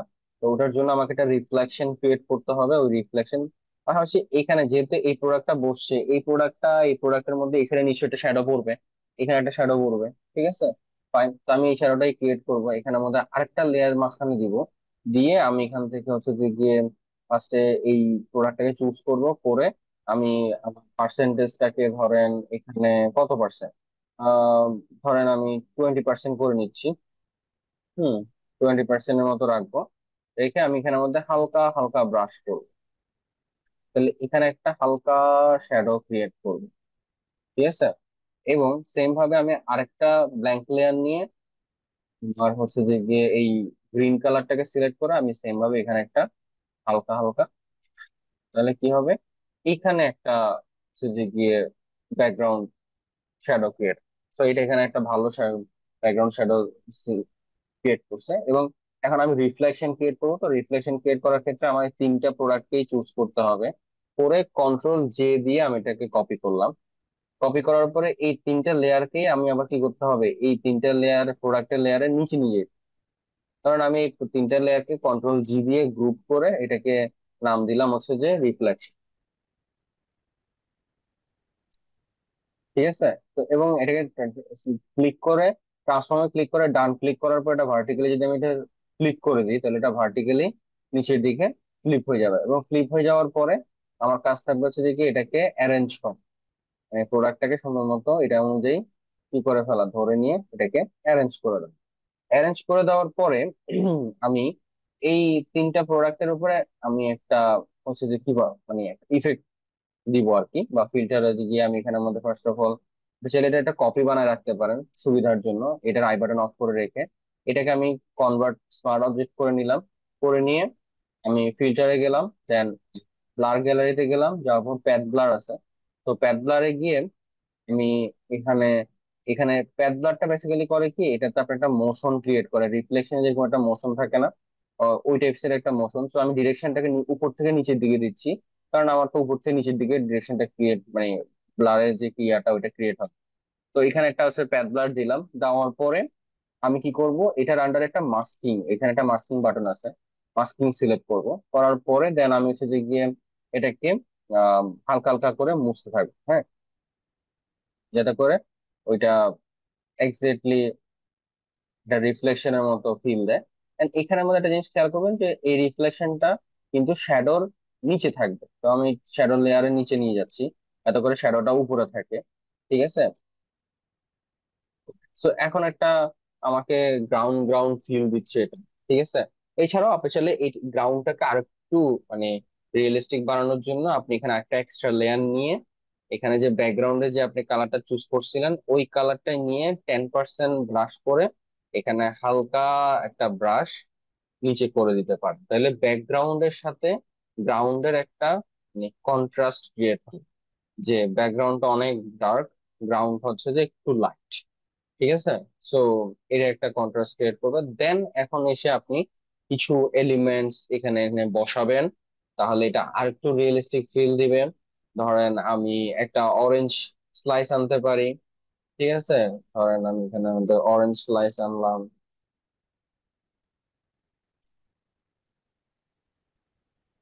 এবং অরেঞ্জ স্লাইস যখন আমরা নিব তখন সেক্ষেত্রে মাথায় রাখবো যে কি যাতে করে ওইটা সাইড ভিউ অ্যাঙ্গেলের অরেঞ্জ স্লাইস হয়, যাতে করে বসাইলে ওইটা খুব সুন্দর একটা ফিল ক্রিয়েট করে। যেমন এটা কিন্তু অনেক ভালো, আর এটাতে ওয়াটারমার্ক আছে, এটাতে কোনো ওয়াটারমার্ক, এটাতে খুব ভালো একটা ইয়া আছে। সেটা গিয়ে first of all, তাহলে এটা কপি করতে পারি, যেহেতু ওয়েব ফাইল আমি এটাকে এখন যদি আবার মডিফাই করতে যাই অনেক সময় লাগবে, চাচ্ছি না যে এত সময় নষ্ট করার জন্য আমাদের শর্টকাট সময়ের মধ্যে আমি যাকে। তো আমি ডিফল্ট সিলেক্ট সার্ভারে চলে যাচ্ছি।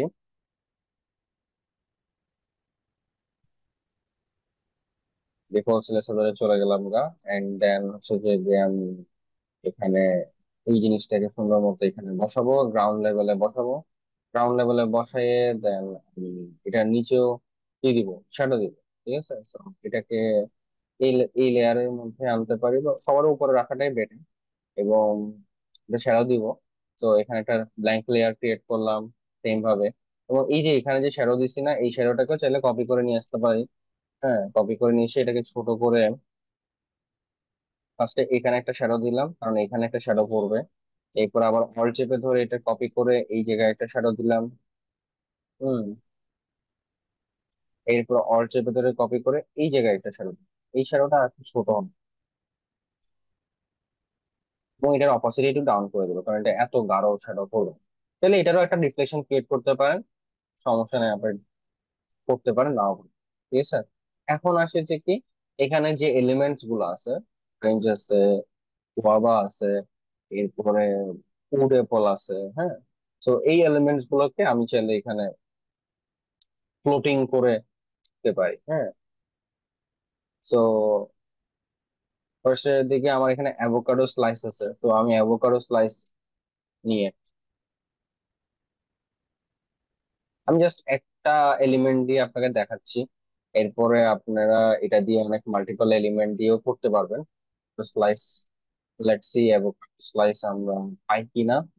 ভালো কোনো অ্যাভোকাডো স্লাইস পাইলে রিয়েলিস্টিক ফিল ক্রিয়েট করবে এমন কোন অ্যাভোকাডো স্লাইস খুঁজতে হবে।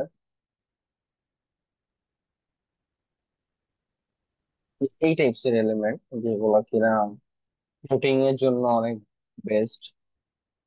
হুম। ইভেন আপনি চাইলে এই অ্যাভোকাডো স্লাইসটা ওখানে বসাইতেও পারেন। হুম।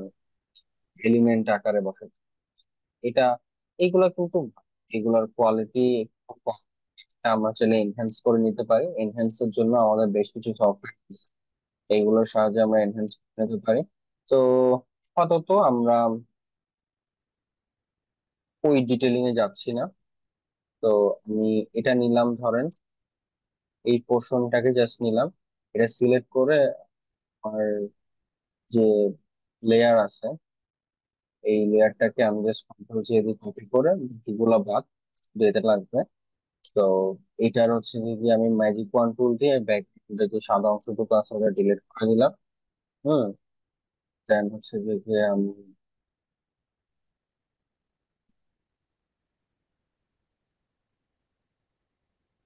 এটার হচ্ছে যে এখানে একটা ইয়া দিব, এইখানে ফ্লোটিং এই জায়গায় দূরে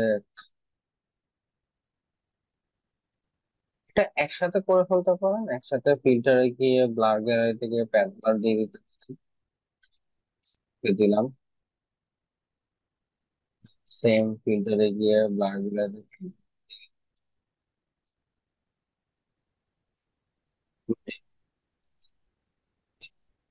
সেম।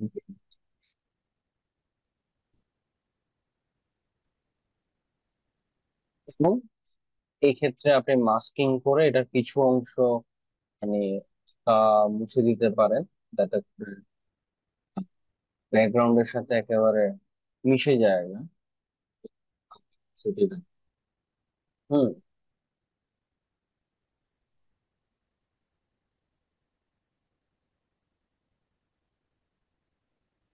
কিছু লিফ এনে বসাতে পারেন, ফ্লোটিং লিফ।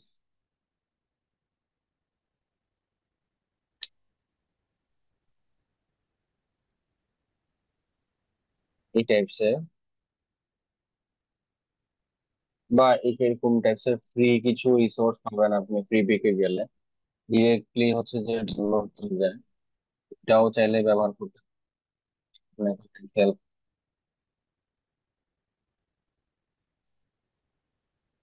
কি বলি,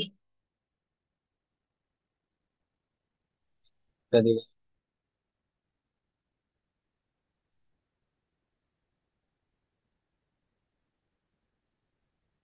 যেহেতু free,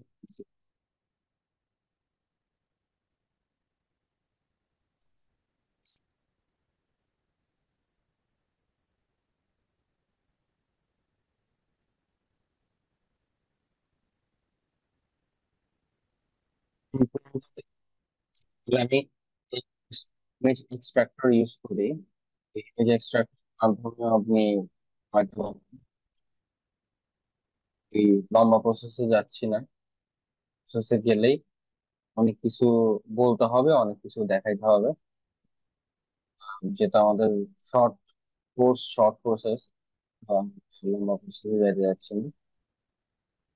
ওটা ব্যাক ফাইন, এটা আপনি চাইলে হচ্ছে যে গিয়ে ডিরেক্ট ট্রান্সপারেন্ট ইমেজ নিয়ে আসাটাই বেটার। ভেক্টর হচ্ছে যে হাই কোয়ালিটির জন্য বা ইন্ডিভিজুয়াল লিভ দিয়ে অর্গানাইজ হেল্প। এটা ব্যাক ফাইল আছে, সো ফাইল দিয়েও আপনি কি করতে,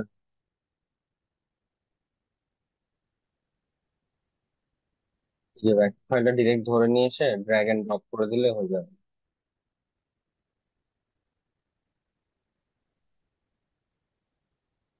হাই কোয়ালিটির আপনি লিফের, এবং এটাকে হচ্ছে যে কি আমার সেটা হবে কোথায়, পিছনে, একেবারে পিছনে।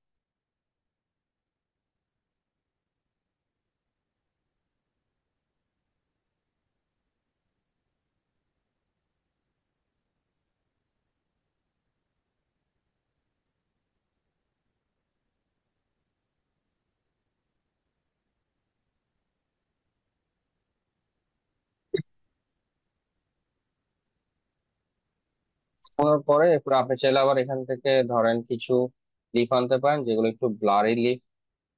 ওই ব্লারি লিফ গুলা এনে কর্নারে কর্নারে দিয়ে দিতে পারেন।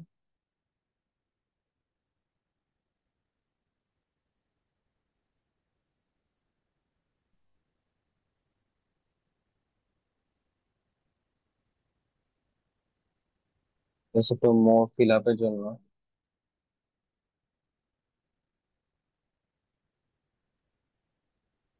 এরপর আপনি এখানে একটা সুন্দর টাইটেল অ্যাডজাস্টমেন্ট করে দিতে পারেন।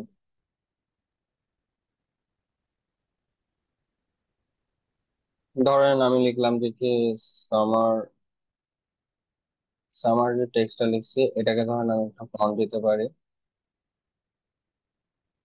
ফটোগ্রাফি।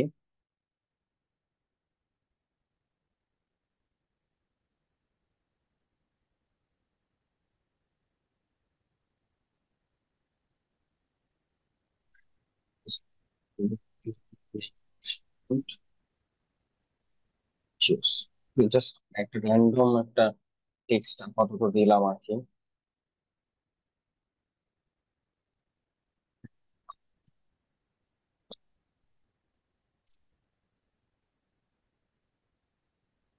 বাস,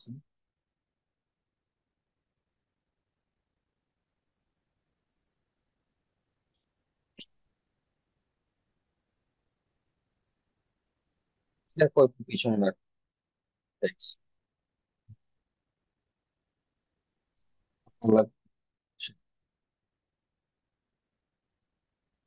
ওভারঅল রিটাচের জন্য আমি কন্ট্রাস্ট দিতে পারি, কন্ট্রাস্ট দিয়ে আমি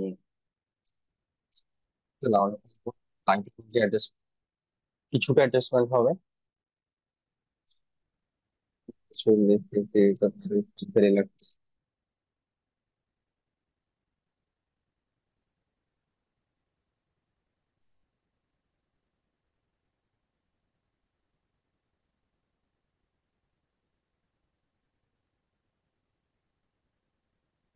ঠিক আছে, সো জাস্ট একটা ধরেন হচ্ছে যে গিয়ে জাস্ট ছোটখাটো একটা ব্যানার ডিজাইনের মতো করলাম।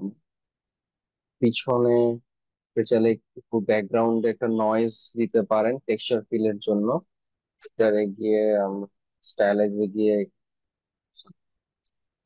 নয়েজে গিয়ে অ্যাড নয়েজ, তো নয়েজ দিতে পারেন। ওই নয়েজটা একটা টেক্সচারাল নয়েজ ফিল দিবে।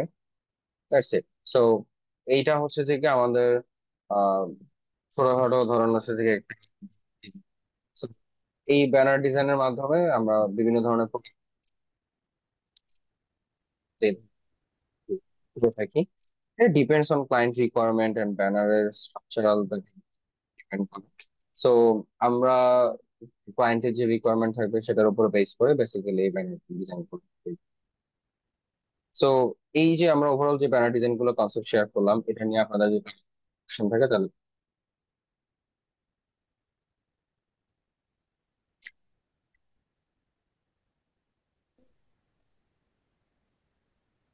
আর ওই কোনো কোশ্চেন আছে মানে এই ক্লাস রিলেটেড বা আমরা এখন যে ধরনের কাজগুলো করছি, সেটা নিয়ে কারোর কোনো কোশ্চেন আছে?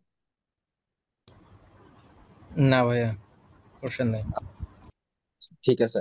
তো আশা করি আপনারা বুঝতে পারছেন, বাট আমি যদি বলি যে কেউ যদি হচ্ছে যে গিয়ে ডিজাইনের টুকটাক ব্যাপারগুলো বুঝে থাকে বা সফটওয়্যারের কিছু টুকটাক এলিমেন্ট চালাইতে পারে, তার জন্য এটা বোঝাটা সহজ। কিন্তু যারা একেবারেই কিছু জানেন না বা ফার্স্ট টাইম হচ্ছে যে গিয়ে দিকের কাজগুলো শিখতে আসতেছে, তাদের জন্য এটা এখন বোঝাটা একটু টাফ। কারণ আমরা এখন যে ক্লাসটা করাইছি না, এটা বেসিক্যালি মানে হিসাব করতে গেলে আমাদের কোর্সের 7-8টা ক্লাসের মিক্স হচ্ছে জাস্ট ক্লাস।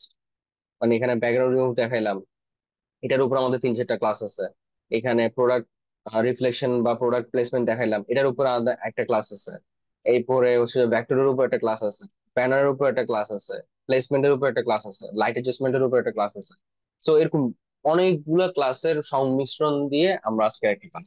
সো অনেকগুলা ক্লাসকে যদি আমি একসাথে দিই তাহলে আপনি হয়তো বুঝতে একটু অসুবিধা হইতে পারে, বাট যখন আপনি সিকোয়েন্সলি জিনিসগুলো বুঝে আসতে পারবেন। মানে আজকে বেসিক্যালি আমরা দেখানোর চেষ্টা করছি এটাই যে আমরা আসলে আলটিমেট আউটপুটটা কি দেখবো, যেটা কিনা আমরা আমাদের কোর্সে ধীরে ধীরে আগাই, ওইটা আমরা ফার্স্ট ওয়েতে আপনাকে দেখাবো যে এই ওয়েতে আমরা এই জিনিসগুলো আলটিমেট আউটপুটটা দেখতে এমন।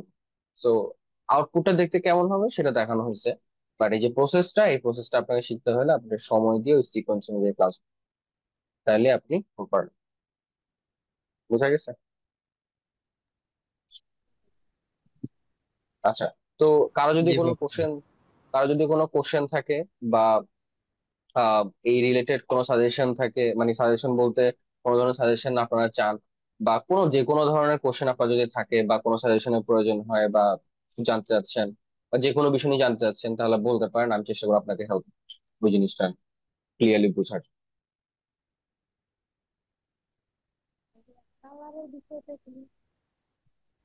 জি, কে কিছু বলতেছিলেন? ইয়াসমিন আক্তার, আপনার সাউন্ড হচ্ছে যে কি আমরা খুবই অল্প শুনতে পাচ্ছি। আপনি যদি একটু লাউডলি বলতেন তাহলে খুব ভালো হতো। ভাইয়া কালারের বিষয়টা একটু যদি বুঝিয়ে বলতেন। আচ্ছা, কালারের বিষয়টা হচ্ছে এরকম, বেসিক্যালি আমরা ডিপেন্ড, মানে কালার হচ্ছে কিভাবে আমরা চুজ করি বা কালার কি দিব। যেমন ধর আমি এখানে যে কালারটা চুজ করলাম, এটা কিভাবে চুজ করছি। প্রথমত দেখতে হবে যে প্রোডাক্টটা আসলে কি ক্যাটাগরি, এবং প্রোডাক্টের প্যাকেজিং এর উপরেও কিন্তু অনেক কিছু ডিপেন্ড করে। এখন কিছু ক্ষেত্রে আপনি যখন প্রোডাক্ট প্যাকেজিংটা দেখবেন, যেমন আমি কেন এখানে লিফ ইউজ করলাম, কেন এখানে গ্রিন ব্যাকগ্রাউন্ড ইউজ করছি, এখানে কেন এই জিনিসগুলো ইউজ করছি, একটা জিনিস খেয়াল করে দেখবেন, প্রোডাক্টের গায়েও কিন্তু আমি অনেকগুলো লিফ দেখতে পাচ্ছি। ঠিক আছে? এবং প্রোডাক্টের গায়ে যে ক্যাটাগরির লিফ গুলো আছে আমি কিন্তু ওই ক্যাটাগরির লিফে কিন্তু চুজ করছি। এবং আরেকটা ব্যাপার হচ্ছে যে কি, এই যে ব্যাকগ্রাউন্ড আমি চুজ করছি না, এটা কিন্তু অলরেডি প্রোডাক্ট ব্র্যান্ডিং এর জন্য এই ধরনের কালার ইউজ করা হয়েছে। তো যদি মেইন ছবিটা দেখেন এটার, এই প্রোডাক্টের মেইন ছবিটা যদি দেখেন তাহলে দেখবেন যে কি এখানেও সেম ভাবেই কিন্তু এটাকে অর্গানাইজ করা হয়েছে। হ্যাঁ, এটা যদি আমি একটু সেপারেট এনে দেখাই, এই যে দেখেন এখানে যে কালারটা ইউজ করা হয়েছে না, আমরা কিন্তু সেম জিনিসটা এখানে ব্যবহার করছি। দেখেন এটা পুরোটা একবারে ব্লেন্ড হয়ে গেছে। সো আমরা ফার্স্ট অফ অল দেখি যে একটা প্রোডাক্টের, যখন প্রোডাক্ট প্রোডাক্ট প্যাকেজিং করা হয়, ওটা আরেকটা সেকশন, প্রোডাক্ট প্যাকেজিং। আবার প্রোডাক্ট প্যাকেজিং করার সময় কিন্তু কালার আমরা কিভাবে choose, product packaging colour choose করার সময় দেখা গেছে কি, যে প্রোডাক্ট, ওই প্রোডাক্টের আসলে ফ্লেভারের উপরে বেস করে আমরা কালার চুজ করি, এবং চেষ্টা করি যে কি এমন কিছু কালার ইউজ করার জন্য যে কালারটা কিনা আই সুটিং, মানে চোখের জন্য খুবই কমফোর্টেবল। যেমন আমি এখানে কোনো, কারণ আমি আপনাকে গ্রিন ইউজ করতেছি, তো আমি যেমন আপনাকে ডিফারেন্ট গ্রিন ইউজ করতে পারি কিরকম। এখানে ধরুন আমি যদি এই গ্রিনটা ইউজ করতাম, তাহলে এটা কি আপনার কাছে দেখতে ভালো লাগতেছে এখন? মানে চোখে লাগতেছে, মানে আপনি এখানে কিন্তু রিল্যাক্সমেন্ট পাবেন। বাট এখন এইটাতে কিন্তু আপনার চোখে একটা ভালো রিল্যাক্সমেন্ট পাচ্ছেন। সো কালার, ওটাও গ্রিন এটাও গ্রিন। তো ওটা হচ্ছে যে গিয়ে নিয়ন গ্রিন, আর এটা হচ্ছে যে basically soft green. So neon green আর সফট গ্রিনের মধ্যে গ্রিনেরও কিন্তু অনেক কালার প্যালেট, মানে কালার প্যালেটের উপরেও কিন্তু অনেক ব্যাপার স্যাপার আছে, কালার সাইকোলজি বা কালার থিওরি। তো ওগুলো যদি আমরা চিন্তা ভাবনা করতে যাই, তাহলে সেক্ষেত্রে দেখা গেছে আমরা বেসিক্যালি আগে, মানে প্রসেসটা কি, আপনি যখন একেবারে নতুন গ্রাফিক ডিজাইনার হবেন, তখন আমরা শুরু দিয়ে যেটা সাজেস্ট করি সেটা হচ্ছে যে কোন একটা এক্সিস্টেন্স ডিজাইন, ধরেন যে কোনো একটা নতুন ডিজাইন আপনি দেখছেন, আপনার কাছে ভালো লাগছে, তো ওই ডিজাইনটাকে কপি করে। তো দেখেন, আমি যখন প্রথম প্রথম একটা কাজ শুরু করতেছি, ওই সেক্টর সম্বন্ধে আমাদের কোনো ধারণা নাই।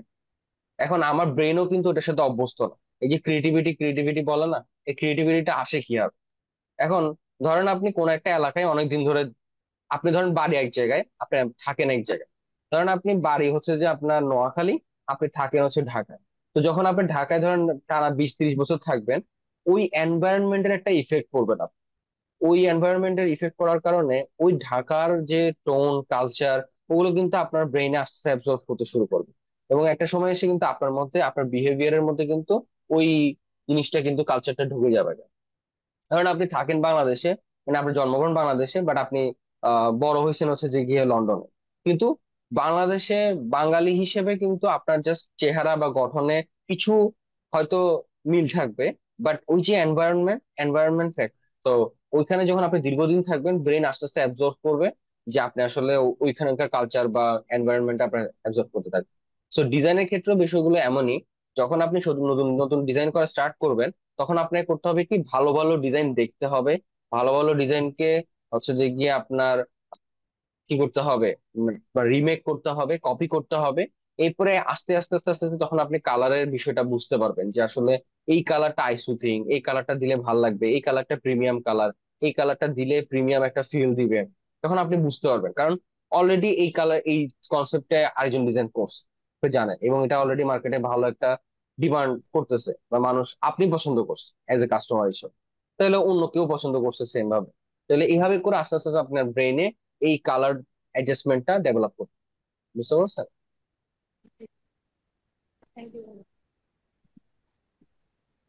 ঠিক আছে, তাহলে আমরা ক্লাসটাকে একটু পর্যন্ত রাখতে পারি।